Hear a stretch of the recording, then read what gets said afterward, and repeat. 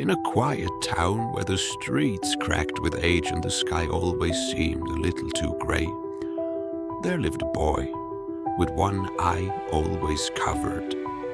His uncovered eye, pitch black, held a shadow of something even he didn't understand. He lived with his uncle, a man who carried a permanent scowl and a voice like gravel. The boy never spoke about his parents. He didn't have to. His uncle had already told him everything he needed to know. They left you, boy, both of them. Ran away, abandoned you like the useless filth they were. You're lucky I took you in. The boy hesitated. My mother too. His uncle scoffed. Oh, she went with him.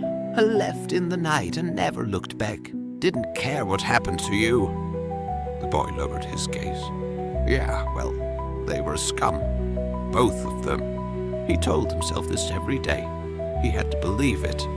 At school, he sat on a bench with a group of students laughing at jokes he didn't even find funny. Hey, I heard your dad was some kind of thug. What was it? He ran off with another woman or something. One of his classmates smirked. The boy smirked back. Nah, he was just trash, both of them. My mother, she followed him. They ran off together, left me behind like I was nothing. The group burst into laughter. The boy laughed too. It felt easier this way. If he laughed, it meant he didn't care, and if he didn't care, then it didn't hurt. That night, lying in bed, flashes of a memory came back. A door barely open. A shadowy figure, his father, yelling at a woman. Stay out of the... Oh, please. The boy clenched his fists under the covers. The memory looped in his head, growing more distorted each time. The shouting seemed louder. The anger seemed sharper. His father wasn't just yelling. He was furious. And his mother, she was weak. She let him do whatever he wanted. The next morning, he rode his bicycle too fast, lost in his thoughts. They left me. They didn't care. They were trash. His front wheel hit a rock. The world tilted. He slammed onto the pavement, his head cracking against the ground. Darkness swallowed him. As he lay on the cold pavement, his head pounding, everything around him blurred.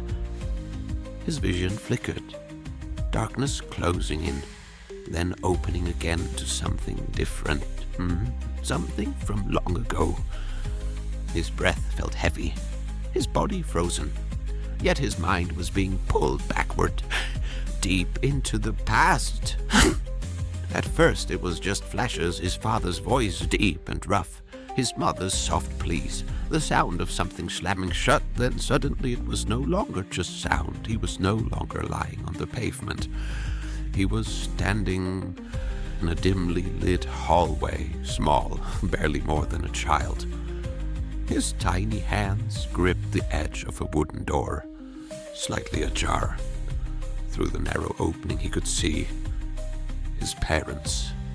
His father stood in the living room, his back broad and tense. His mother, with striking blue eyes, clutched his arm, pleading with him. The boy watched from the shadows, feeling the fear and confusion he had long forgotten. He had seen this before. A memory buried deep within him. Distorted, twisted by lies. But now, the truth was unraveling before his eyes. The shouting grew louder. His heartbeat quickened. But this time he listened. Truly listened. He looked past the raised voices, past the fear. And suddenly, he could hear the words clearly for the first time. Please, I'm begging you, don't go out there. They'll kill you, his mother cried, her voice trembling. She tightened her grip on his father's arm, her blue eyes shimmering with tears. His father clenched his jaw, his fists shaking, not in rage, but in helplessness. He placed his large hands on her shoulders and looked straight into her eyes. I won't let them hurt my family. The boy's breath caught in his throat. Hurt his family. What is he talking about? His mother sobbed. No! They'll kill you. If I do nothing, I'd be worse than them. Then The truth hit him like a wave. Masked robbers had surrounded the house. His father was not the monster he had always believed him to be. His father was trying to protect them. His mother wasn't weak. She wasn't running away. She was fighting to stop him. Suddenly, gunshots rang out. His father shielded his mother. Then, a bullet ripped through the window. "Take him! Run!" his father roared. His mother clutched him tightly and ran. The father stumbled to the window, his breathing ragged. Blood stained his shirt, but he didn't move. Through the shattered glass, he watched as his wife and son disappeared into the night. He let out a slow breath, then turned to face his fate. She reached the hospital, barely breathing. Doctors rushed toward her, but she grabbed one of them weakly. "Please, save my son. Forget about me. Just save him," she whispered. She struggled to keep her eyes open, but she forced a smile as she turned to her son.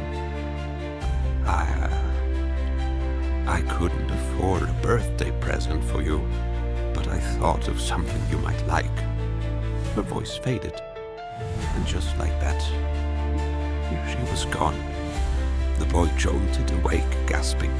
His entire body trembled. He ran home, his mind racing, his heart pounding. He stood in front of an old mirror. His fingers shook as he slowly reached up and started unwrapping the bandage over his right eye. The bandage fell away. He gasped. His right eye, once hidden, was blue. His mother's eye, his left eye, black, just like his father's. His father had given his life. His mother had given him her sight. The hatred he had carried for so many years had never been his to bear. Tears welled up in his eyes as he whispered, "They loved me." And for the first time in his life, he truly understood.